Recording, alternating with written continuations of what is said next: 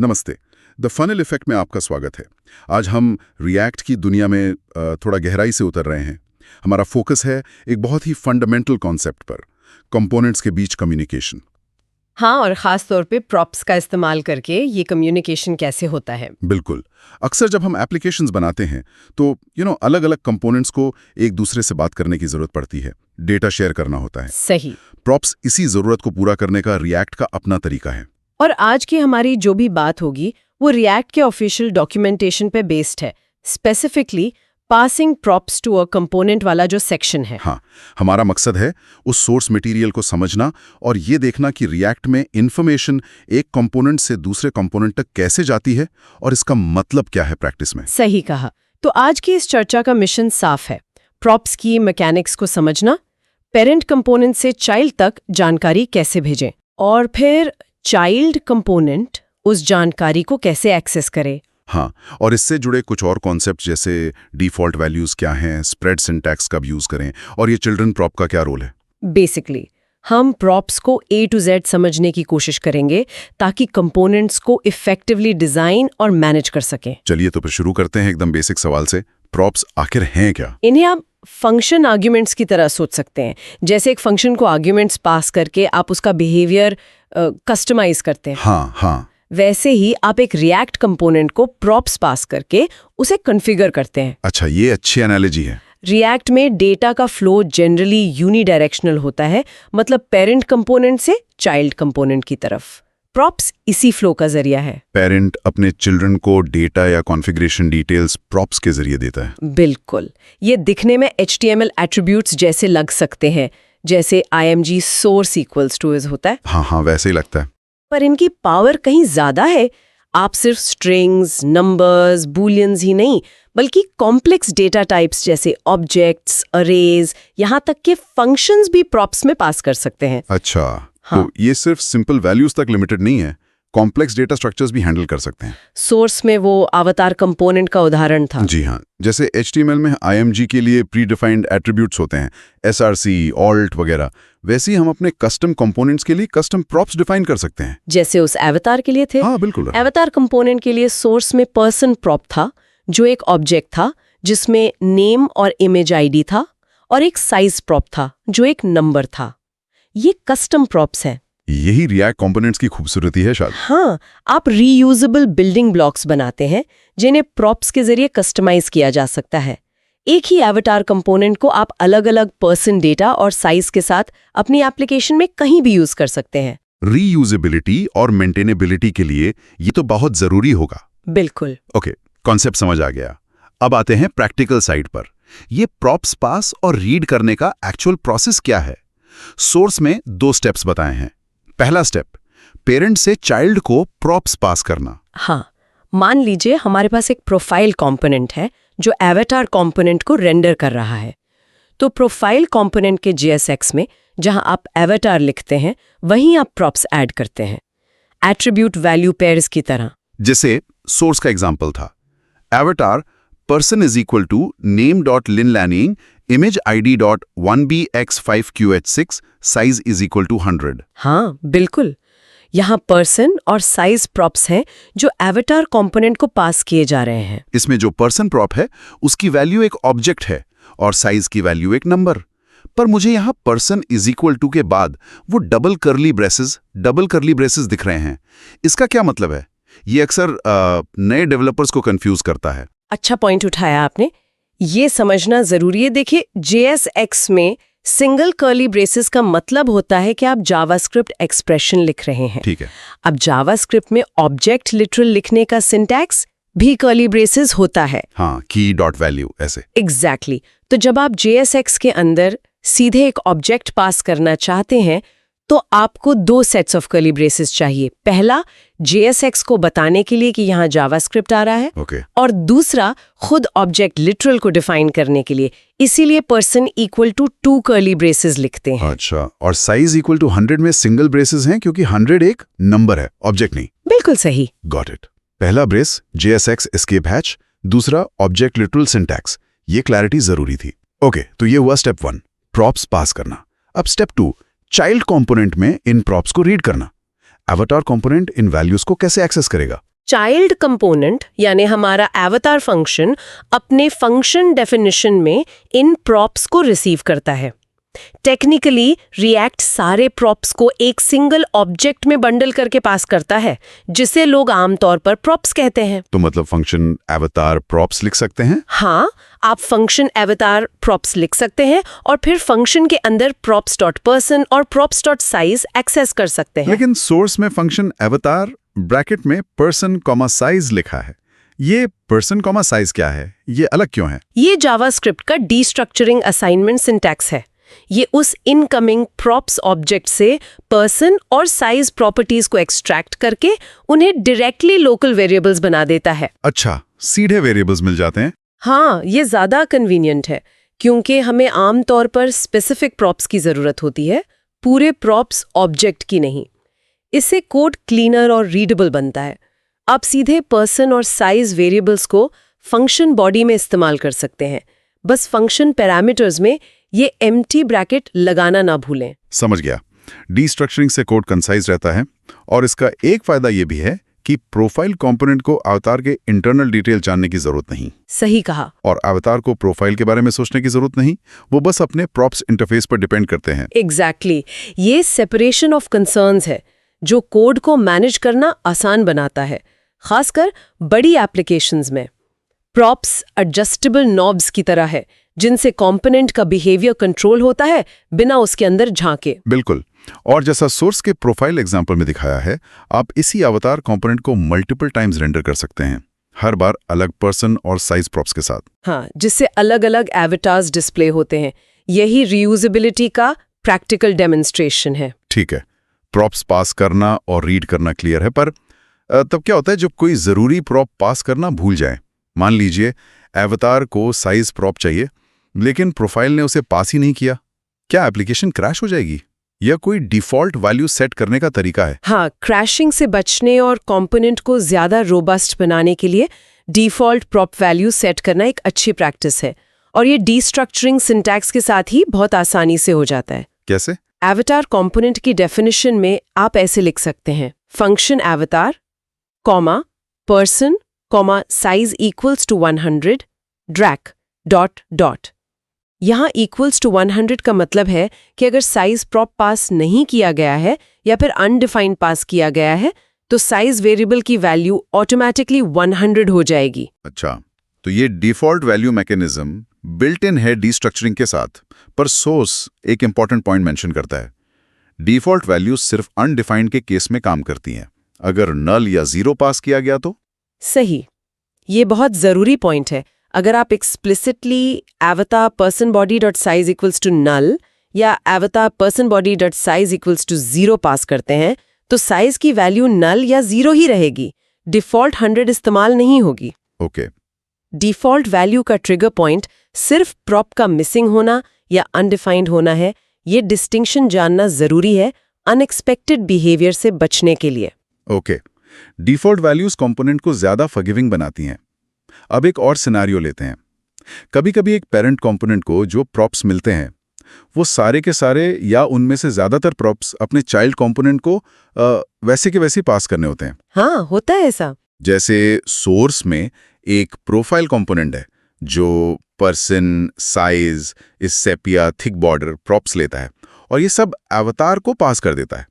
हर prop को manually लिखना, अवतार person equals prop dots person, size equals prop dot size, काफी रिपीटेटिव हो सकता है। हाँ, ये कॉमन पैटर्न है, खासकर रैपर कंपोनेंट्स में या जब प्रॉप ड्रिलिंग हो रही हो। इसके लिए जावास्क्रिप्ट का स्प्रेड सिंटैक्स डॉट डॉट बहुत हैंडी है।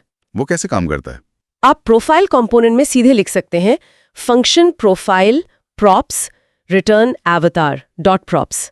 ये डॉट प्रॉप सिंटैक्स प्रोफाइल को मिले सारे प्रॉप्स ऑब्जेक्ट को लेता है और उन्हें इंडिविजुअल प्रॉप्स की तरह एवतार कंपोनेंट पे स्प्रेड कर देता है। मतलब सारे प्रॉप्स एक साथ पास हो गए? हाँ, बिना हर एक का नाम लिखे कोड बहुत कंसाइज हो जाता है। वाह, ये तो काफी कन्वीनियंट लगता है।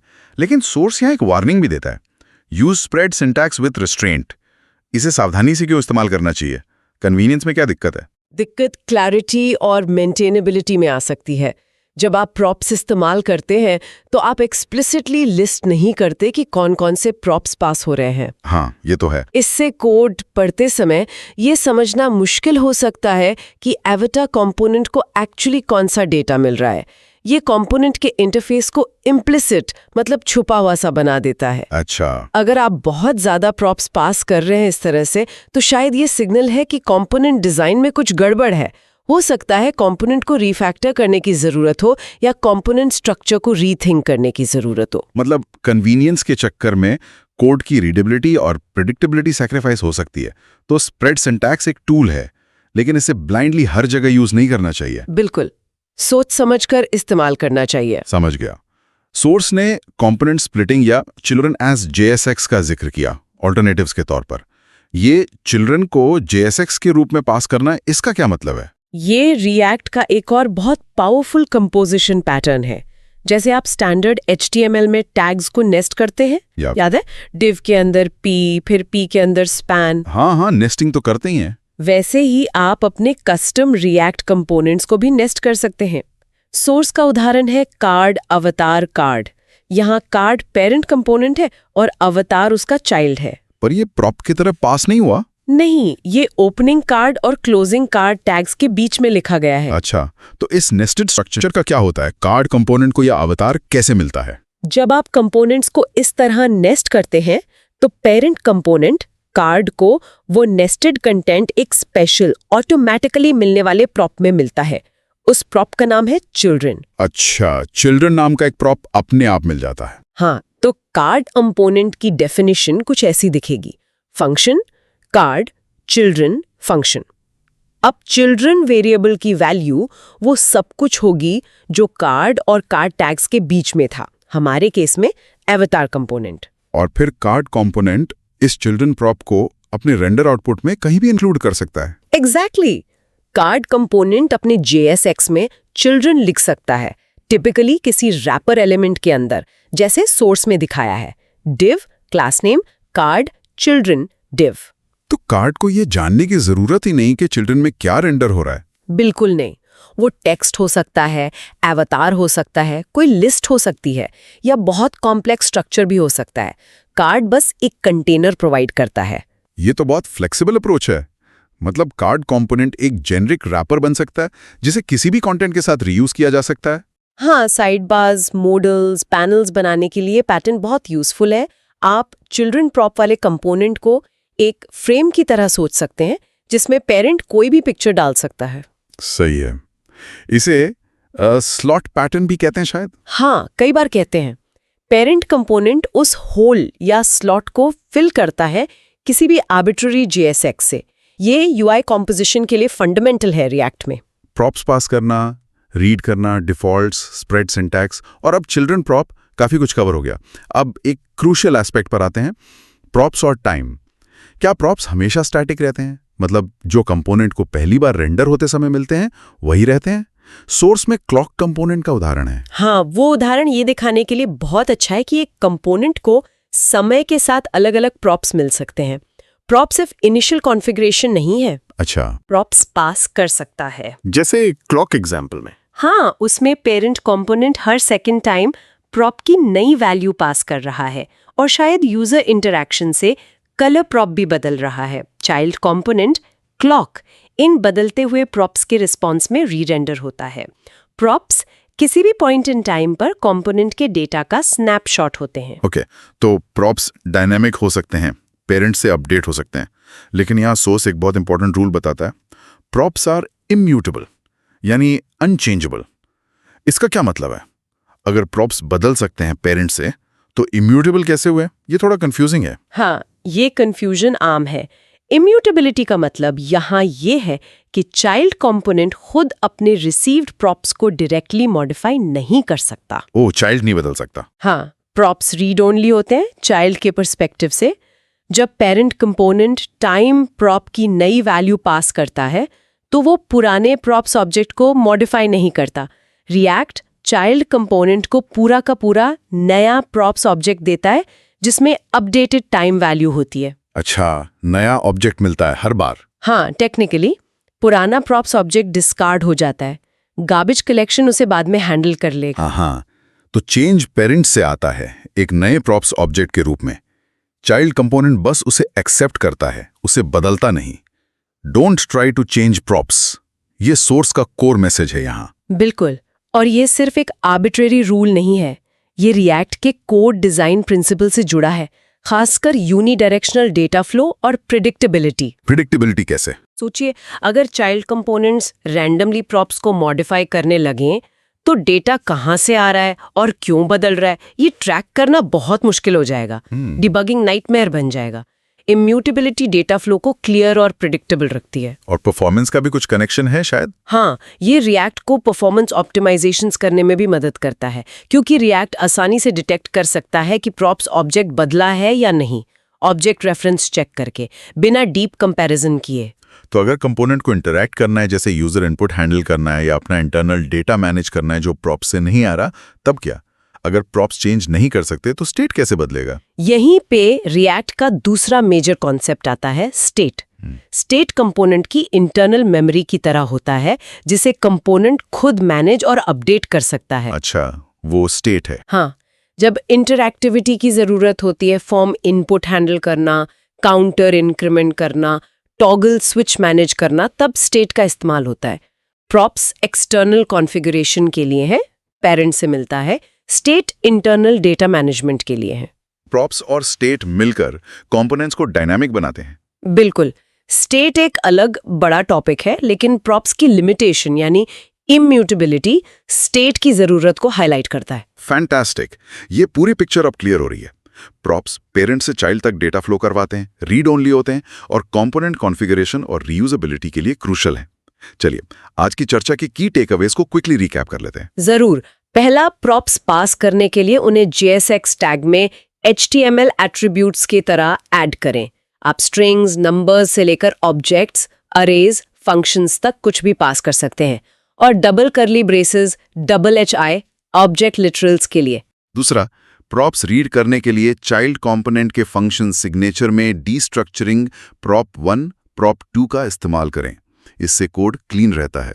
तीसरा, मिसिंग या अनडिफाइंड प्रॉप्स के लिए डिफॉल्ट वैल्यूज सेट करें, साइज इज इक्वल टू 100, ताकि कंपोनेंट रोबस्ट रहे। ये नल या जीरो के लिए काम नहीं करता, याद रखें। चौथा, स्प्रेड सिंटैक्स। डॉट प्रॉप्स सारे प्रॉप्स फॉरवर्ड करने के लिए यूजफुल है, लेकिन इसे सोच समझकर यूज करें ताकि कोड क्लैरिटी बनी रहे।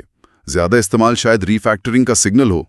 पांचवा, nested JSX card avatar parent component को चिल्ड्रन प्रॉप के रूप में मिलता है, जो UI कंपोजिशन के लिए बहुत पावरफुल है।